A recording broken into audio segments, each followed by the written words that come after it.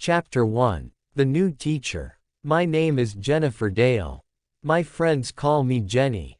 I'm 16 years old and I live near Boston.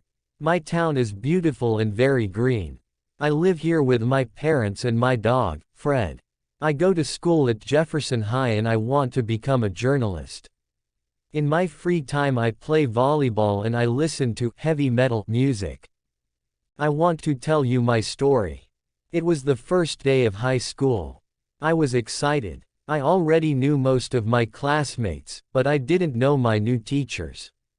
I got up, ate my breakfast and went to school. On the street I met my friend, Dana. Her house is near mine and we always walk to school together. I hope our new teachers are men. And I hope they're handsome. Dana said. Dana loves talking about boys. Yes, I need something new and interesting in my life, I answered. We arrived at school and went into our classroom.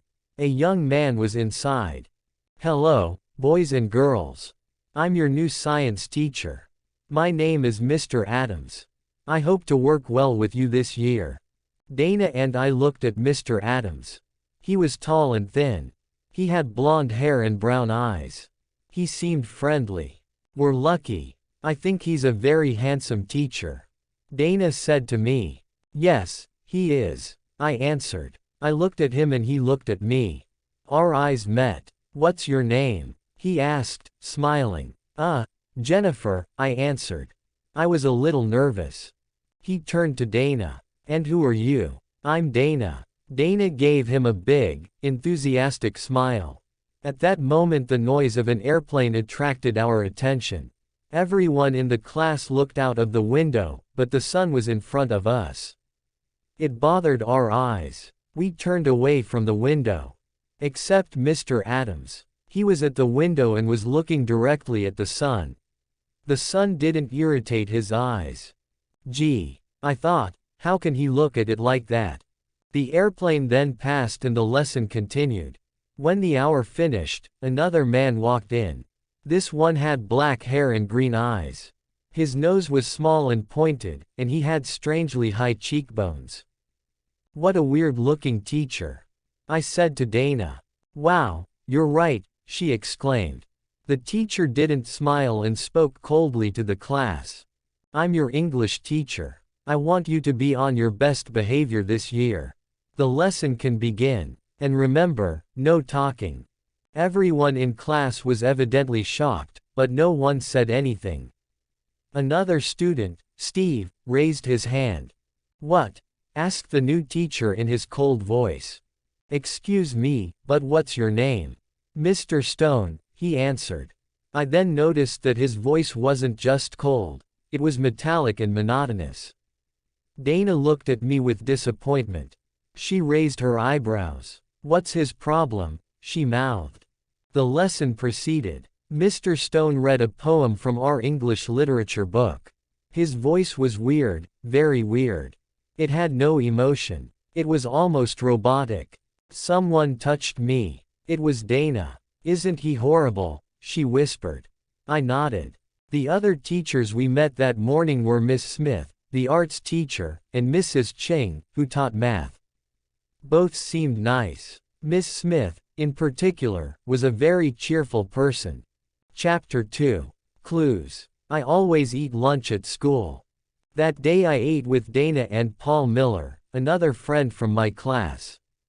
Paul was a very intelligent boy. He was always the best in math. His parents were divorced and he lived with his father and his black cat, Apollo. He missed his mother. She lived with another man and didn't want to see Paul. His father was never at home, so Paul was very lonely. He didn't have many friends at school because he was too intellectual. He loved Apollo very much and spent a lot of time with him. What do you think about our new teachers? I asked my friends. I think Mr. Adams is very sexy, said Dana. Did you see how he looked at the airplane? The sun didn't bother him, exclaimed Paul. You're right, I said. But did you hear Mr. Stone? He speaks like a robot. His voice is cold and metallic. He's unfriendly too. added Dana. That's true, I said. Look, said Paul. Look what he's eating. We looked at Mr. Stone. He sat away from the other teachers and he didn't have a normal lunch. There was a glass in front of him. It was full of a dense, green liquid. There were some black pills in his hand. He put 2 of them in the glass. The green liquid started to bubble, and it changed color. It started to become red. Then he took the glass and drank the mysterious red formula. I looked at Paul and he looked at me. We were disgusted and frightened. Dana tried to be rational. Maybe it's a new diet. Maybe that's why he's so thin, she said. I didn't agree. There was something strange about Mr. Stone. That afternoon and the next day we met our other new teachers. We also had English again. Mr. Stone came in and sat down. Miller. Paul Miller. Tell me something about yourself. Paul was surprised. English teachers don't usually ask personal questions. Well, Paul, don't you have anything to say? Well, I enjoy astronomy. I have a cat. Mr. Stone asked everyone to say something about their life and hobbies. Maybe he wants to create a relationship with us, but he's such a cold person. How bizarre, I thought. Then, looking at him more carefully, I noticed something. His eyes weren't green anymore. They seemed a darker, different color. I raised my hand. May I go to the bathroom? I asked. As I walked towards the door, I looked at Mr. Stone's eyes again. I was right. They were yellowish-brown. They looked like amber. Chapter 3. Aliens. That afternoon I sat on my bed and thought about my first 2 days of high school. I wanted to know more about Mr. Stone. I decided to go and visit Paul. Paul was in front of his computer. He was very interested in astronomy, the occult, and life on other planets. Hi, Paul. What are you doing? I asked. I'm on the internet. I'm in contact with the International Space Fan Club. Listen to this. Something very important is happening. A comet is passing through the Virgo constellation. There are the right connections for intergalactic meetings. The Earth has been in the Virgo constellation since last week. But what are intergalactic meetings? I asked. They're voyages of aliens to our planet. These voyages can happen only in special moments, for example, when a constellation and a comet meet. Aliens can travel to our planet for different reasons. Sometimes they want to study us humans. Some people say that aliens may come to Earth to conquer the planet. I looked at Paul with a shocked expression. An idea started to form in my mind. What's wrong, Jenny? Paul asked. Maybe Mr. Stone is an alien. I exclaimed. Gee, aren't you exaggerating? Come on, get real. Well, his voice doesn't seem human, his eyes change color. And do you remember the green liquid and the black pills he had for lunch? What do you mean, his eyes change color? Paul asked. Didn't you notice? Yesterday they were green, today they're amber-colored. I answered. Even if his eyes change color, I still don't believe he's an alien. But the comet explains everything. It entered the Virgo constellation last week, and Mr. Stone is a new teacher. I talked to Dana's brother, Matt. He said that this is Mr. Stone's first year at Jefferson High. No one knows where he comes from. I said. Maybe. Paul's eyes lit up. Maybe that's why he asked us all those personal questions. He wants to study us. Yes. You see, all clues indicate that he is an alien. So, what can we do? I asked. We can spy on him. Maybe we can follow him to his house. We can see where he lives and what he does at home. However, we must be very careful. He doesn't seem to have emotions. He might get angry if he discovers we suspect him. We'll try to follow him tomorrow, after school, okay, said Paul. The next morning before school, I took Fred out for a walk in the park. Fred needs daily exercise, so my parents and I take turns walking the dog. The park was empty. It was dawn. A lonely bird chirped in the trees. The grass was wet with dew. There was peace all around. Suddenly, I noticed something, or someone, moving behind the bushes. I got closer to see who, or what, it was. In the clearing, there was a man.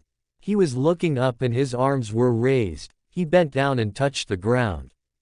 Then he stood straight again, face and hands again directed to the sky.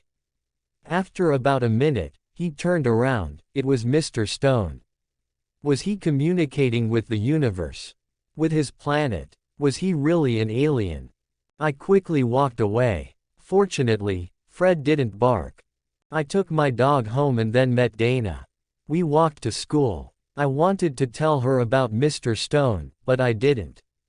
It was too difficult. Besides, I couldn't tell her about the afternoon plan, because it was too dangerous for 3 people to follow the teacher.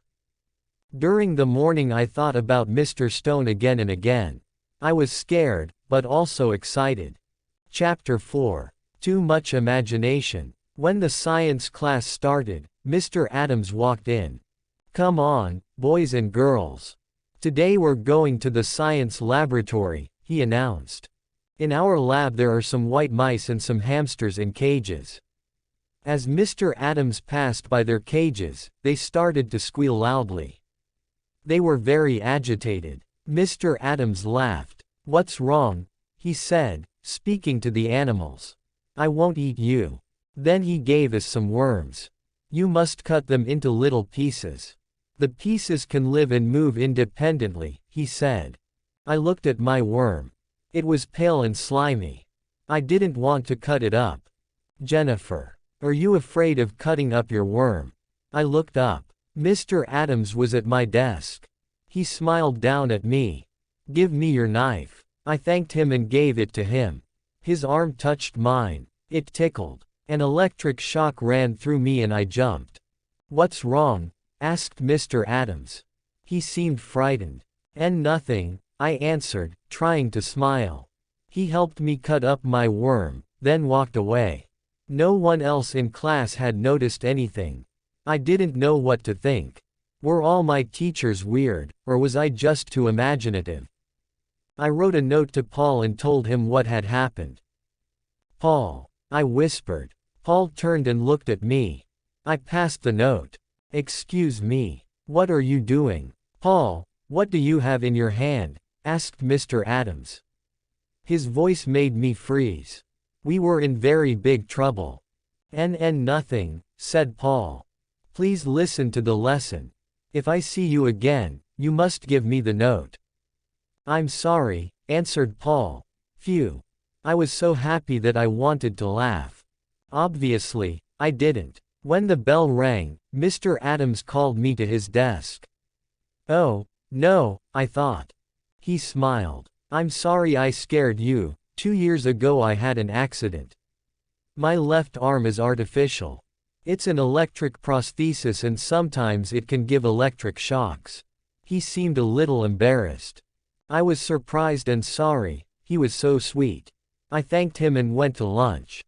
"Paul, forget what I wrote," I said, as I sat down at our usual lunch table. I told Paul and Dana about Mr. Adams' electric prosthesis. Then Dana mentioned Mr. Stone. Paul and I looked at each other, but we didn't say anything.